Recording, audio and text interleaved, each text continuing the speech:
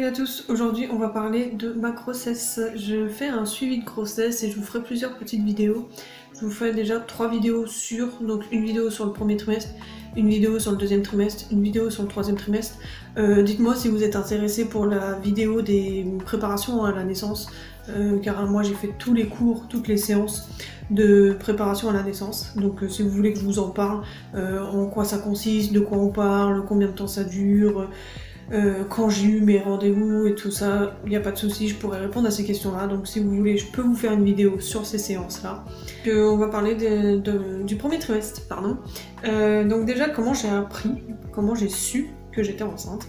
Moi, je venais d'emménager dans ma nouvelle région, donc ici en Dordogne, début mai. Et mi-mai, de toute façon, si vous avez suivi... Si vous avez vu la vidéo sur mon déménagement, vous savez que je suis là depuis début mai. J'ai appris que j'étais enceinte en fait, on va dire mi-mai, parce que je me suis sentie mal sur les alentours du 10 mai. Ouais, à peu près vers le 10 mai en fait, j'ai commencé à me sentir nauséeuse. Je me sentais pas très bien, j'étais fatiguée, nauséeuse principalement, et je me suis dit bon bah c'est peut-être le changement de région avec le déménagement, ou quelque chose que j'ai mangé qui passe pas, ou la nourriture est carrément différente avec celle de Seine-et-Marne, donc peut-être qu'il me faut un temps d'adaptation. Au début je me suis pas trop inquiétée, je me suis dit bon bah le temps que je m'adapte au nouvel endroit où je vis peut-être. C'est peut-être pour ça, fatigue à cause du déménagement, les recherches d'emploi, recherche de logement, m'occuper de toute la paperasse et tout, je me suis dit ouais, c'est un peu normal que je sois fatiguée, et puis nauséeuse, je me suis dit bon peut-être que j'ai mangé un truc qui est pas passé. Mais sachant que ça persistait quand même pendant 3-4 jours, presque une semaine je dirais, j'étais pas bien, j'étais vraiment nauséeuse, vraiment fatiguée. J'en ai parlé à mon conjoint du coup, donc avec mon mari. Je lui ai dit putain je suis pas bien, je suis nauséeuse et tout. Ça passe pas, donc je sais pas ce que j'ai, si ça passe pas, il va falloir que j'aille voir un médecin parce que je suis vraiment fatiguée quoi. Du coup on a regardé, on a quand même vérifié la date de mes dernières règles. Donc mes dernières règles c'était quand? Alors je regarde parce que je sais plus et que j'ai noté. Ouais, le début de mes dernières règles c'était le 27 mars, elles sont finies le 1er avril. Sachant que j'ai jamais été réglée, hein, avec ou sans contraception, j'ai jamais été réglée, que ce soit avec la pilule, avec le patch, enfin... Ça a toujours été une catastrophe pour moi les règles, hein, c'est jamais réglé, sachant que juste avant j'ai eu une période où j'ai pas eu mes règles pendant 3 mois. Donc ça m'avait vachement inquiétée quand même, parce qu'au bout de 3 mois de pas avoir ces règles c'est quand même inquiétant. J'avais fait des tests de grossesse, des prises de sang et tout ça, j'étais pas enceinte. Du coup j'ai dû prendre des médicaments pour déclencher mes règles, donc vous voyez, sachant que j'aurais dû avoir logiquement, par rapport à la date de mes dernières règles, j'aurais dû avoir mes règles début mai. Donc c'est vrai que le 10, 15, 20 mai, je m'inquiétais pas trop parce que je me suis dit bon j'ai toujours eu des retards, toujours jamais été réglée, dernièrement j'ai eu un retard de 3 mois donc je me suis pas trop inquiétée en fait par rapport à mes règles. Mais comme ça passait toujours pas, on a dit bon on va quand même faire un test de grossesse par acquis de conscience, j'ai envie de dire.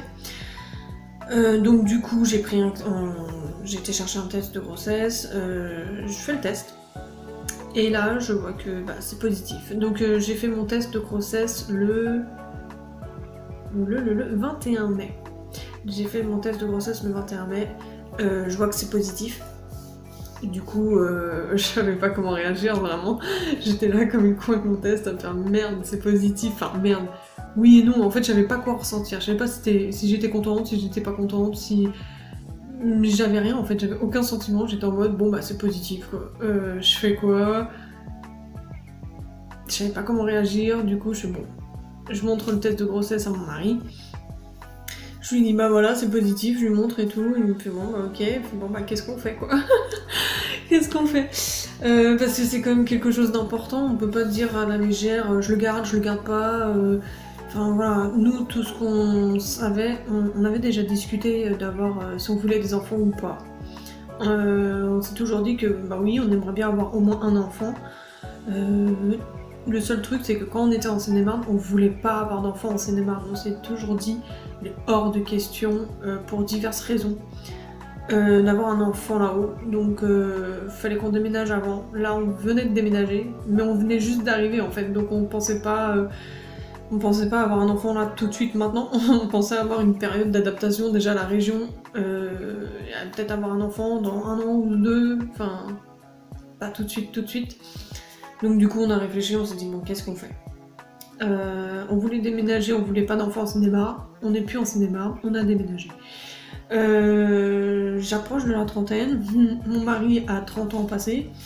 Par rapport à notre âge, c'est vrai que moi je me suis toujours dit ça m'embêterait d'avoir un enfant après 30 ans.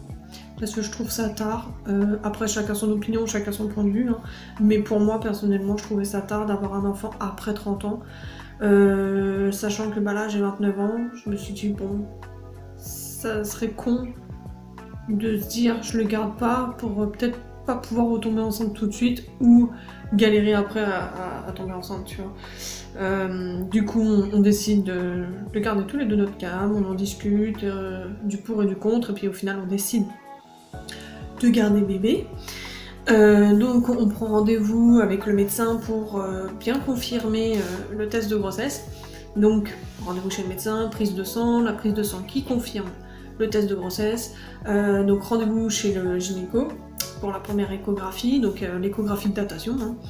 Hein. Donc j'ai fait la prise de sang le 24 mai. Voilà, 3 jours après le test de grossesse, j'ai pas perdu de temps. Hein. Donc le 24 mai, j'ai fait la prise de sang. Rendez-vous pour la première échographie de datation, j'ai eu mon rendez-vous le 28 juin. Donc vous voyez, mai juin déjà, ça faisait plus d'1 mois d'attente déjà pour avoir juste l'échographie de datation. Donc échographie de datation, sachant que quand j'ai été chez le médecin pour ma prise de sang, il m'a pesé. Donc je faisais 68 kg. J'étais un peu étonnée parce que à la base je faisais 70, presque 71 kg quand je suis partie de Seine-et-Marne, donc ça faisait même pas 1 mois que j'étais partie, j'avais perdu 2-3 kg. Bon, avec le déménagement en même temps j'ai pas mal porté, donc peut-être que ça y fait. Donc 68 kg en rendez-vous chez le médecin. Le 28 juin, rendez-vous avec le gynéco pour l'échographie de datation. Pareil, donc il check tout. Donc effectivement, je suis bien enceinte, tout va bien, tout est en place, tout est normal. Niveau poids, je suis toujours à 68 kg, donc pour l'instant, j'ai pas pris de poids. La date de grossesse, donc le 20 avril 2019, donc j'étais en plein déménagement, en plein carton à cette période-là en fait. Donc du coup, j'ai attendu quand même l'échographie de datation pour prévenir mes amis, famille et tout ça, comme quoi que j'étais enceinte et qu'on décidait de le garder. Donc ils l'ont su quand je suis sortie de l'échographie. Donc j'ai eu l'échographie le 28 juin, donc j'ai prévenu tout le monde à peu près le 28 juin aussi, comme quoi que on allait agrandir la famille et qu'on décidait de garder bébé. Je regarde ma feuille parce que je sais plus, je regarde si j'ai rien oublié en fait. Parce que le premier trimestre au final il est passé très très vite, car l'échographie de datation disait que j'étais enceinte depuis le 20 avril, donc avril, mai, juin, juillet, voilà, sachant que j'ai eu ma première échographie de datation fin juin. En juillet, il s'est pas passé grand chose en fait. Tout ce que je peux vous dire, c'est mes ressentis. Premier trimestre, j'ai été très fatiguée, mais vraiment très fatiguée. J'ai les nausées, c'est passé au bout de 2-3 semaines. J'ai été nauséeuse les 2-3 premières semaines. Ok, ça peut couper à tout moment parce que mon téléphone chauffe alors qu'il fait froid. Je disais donc le premier trimestre ressenti fatiguée et nauséeuse. Les 2 premières semaines, j'étais pas mal nauséeuse. Après, j'ai la fatigue qui est restée et qui s'est un peu accentuée. J'étais très fatiguée le premier trimestre. Donc le premier trimestre s'est passé très vite parce que j'ai appris que j'étais enceinte mi-mai.